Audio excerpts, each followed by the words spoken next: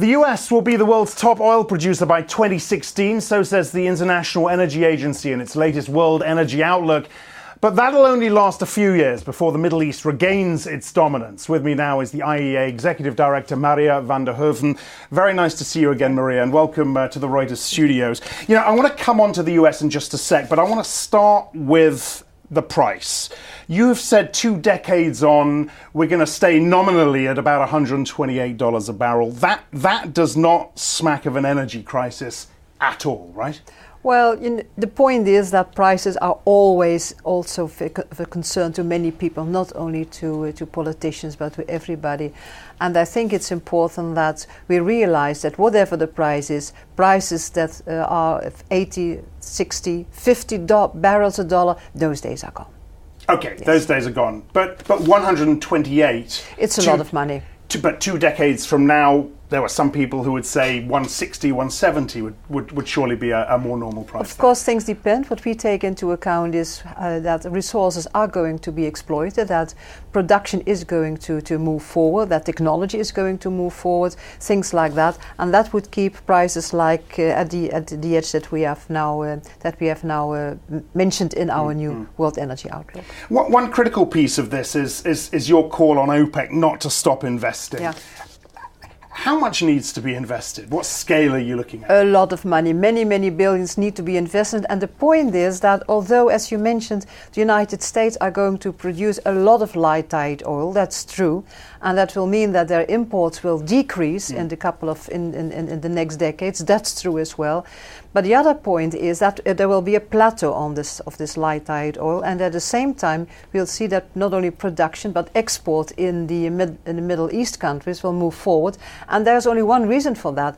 That is the enormous demand for oil in Asian countries. China leading the way first, then India will come, and then there will be the other Asian countries.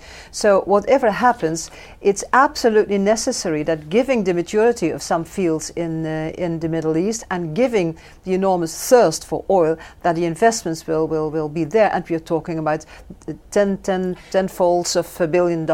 Who's not doing enough in terms of investment? It's not a matter of not doing enough, it's a matter of giving the right signals. And the right signal is, yes, within the United States there is this light tide oil revolution, but look beyond. Okay, who's not giving the right signals? Nobody is not giving the right signal, but that's exactly the reason why I try to give the right signal now. What happens in the United States, perfect, as far as the United States go. But look beyond, look at the rest of the world, and look beyond 2020. Yeah. And then again, it's only the Middle East that has easy oil. There is Iraq with easy oil. There is spare capacity in the Middle East, in Saudi Arabia, but there need to be investments. All right. Let's talk specifically about the US. It rises to 2020 and then comes off. Plateaus, yeah. Okay, I was going to ask. So we're not going to see a steep decline in any sense. We don't expect a steep decline, given the resources they are there, and also, of course, given the situation that they would like to manage to have a more or less independence on oil as much as they can. How big a variable is technology? And can technology save US production from plateauing? Technology is awfully important. It's technology and the prices. These two together see to it that at this moment these kind of resources that a few years before were thought not to be able to be exploited are going to be exploited in an economic viable way. So technology brings the answer, prices bring the answer together. And there's another item I would like to mention about the US situation. They did an awful lot on fuel efficiency. And this altogether brings down their need of oil. So it's quite clever what they're doing. Cheap energy, and thanks to cheap energy, the US's share of energy-intensive industry looks a lot better than Europe and Japan. How bad is it going to get for Europe and Japan in terms of competitiveness? Well, the competitiveness is of course dominated by a number of factors. It's the price of energy, it's labor, and its capital costs.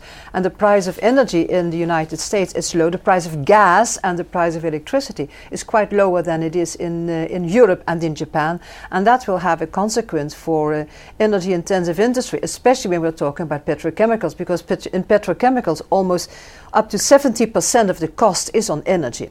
So what really needs to be done is that Europe and Japan look into the situation, use the energy in a more efficient way, and see to it that also their production processes are more efficient than they are now.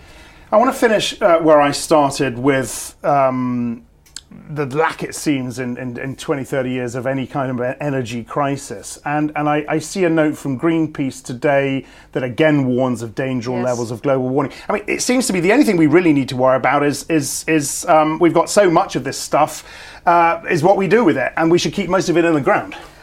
It wouldn't be a bad thing to keep some of it underground, especially when we're talking about coal.